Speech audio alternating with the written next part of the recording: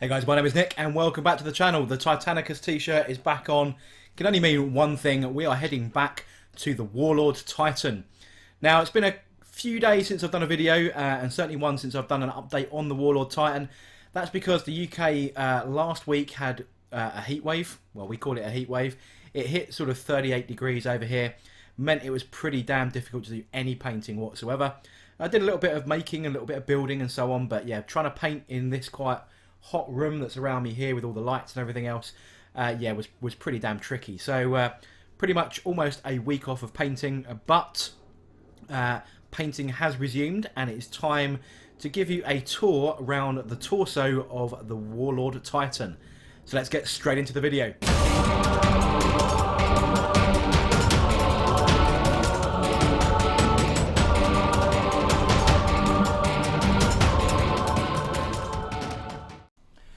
So I'm going to be freestyling with the camera today, so apologies for any shakiness as we pan over the state of the weapons. Now these have been kind of in storage, they're a little bit chipped where they've been stored and have lost a bit of their prime, but before we move any further with those, they will be reprimed and they will be coated in lead belcher anyway. So that's just a review of some of the stuff that we've seen already. Here's some of the components that hasn't been touched yet, and that's the defense weapons, so the twin las cannons, the mauler cannons and the crew. And again, some of this stuff you have seen before, but some of it you haven't. So there's the top cowl in the bottom left, that is pending some weathering. The top of the head itself, which has got some masking tape over it to protect the insides from the rest of the spraying. And those armour panels. Now, if you've been watching my social media, you would have seen pictures of this a few times already. And I think I've actually shown those side weapon panels already on this channel as well.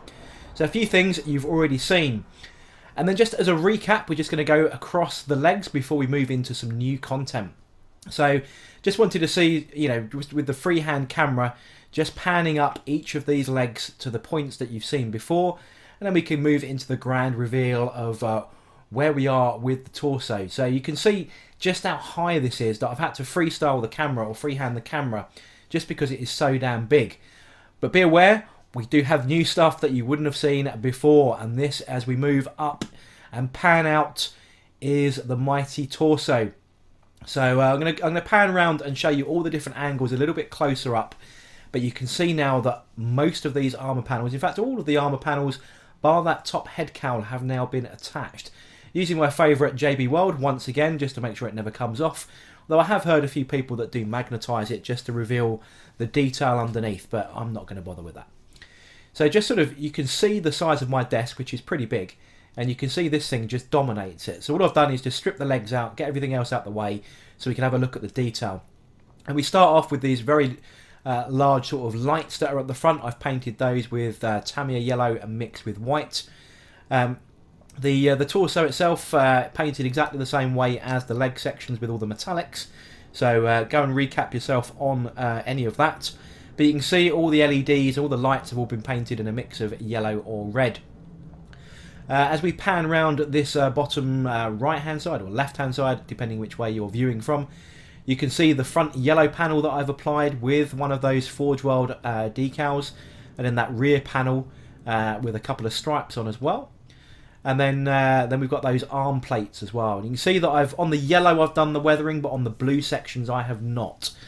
So we pan across here, across the top shoulder armour sections.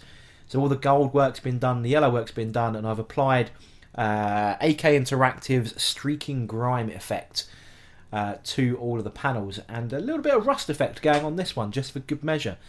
And you can see there, as we sort of mess around with some of the zoom here, just so you can see in there.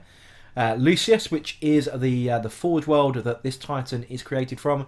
That is where all of the warp runners come from, and we just sort of move around here a little bit, and you can see the other arm section.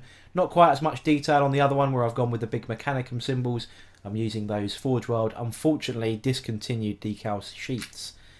Now this side is the other armour side, or the other shoulder pad side, and you can see here. So we've got the famous warp runners eclipse symbol, lots more streaking grime going on. I'm going to add a little bit of black powder to some of those vents and so on to look like, you know, sort of scorch marks. And then from the rear view here, we've got the access hatch and the gangplanks. You can see here I've applied a few of those little warning decals, which I think add to a little bit of effect. A little bit of worn out effect on those black stripes, which aren't, you know, I'll be honest, 100% straight, but you try and paint those in there, it's very difficult. So panning across the top then, we've got the exhaust vents. Now I've painted those in a sort of a plasma ready orange glow, and that's reflected on these little side inputs as well.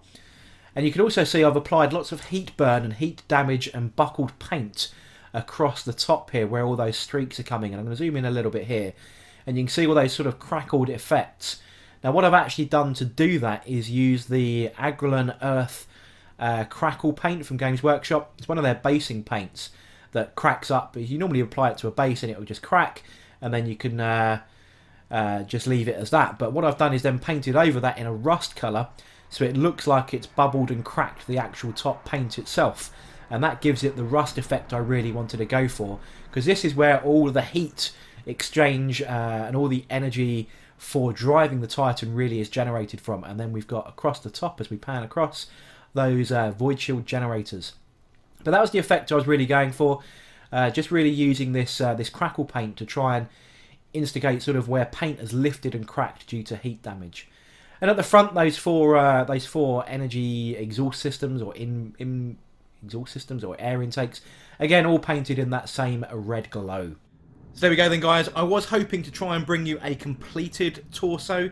Unfortunately, due to that weather break and a couple of other things that had been going on, one of those was actually celebrating Nick Iddick Beer, his 10-year anniversary on YouTube. So me and a bunch of other YouTubers went down to his place and had a mini tournament, which was epic, and that will be appearing on his channel, I believe, on the second week of August.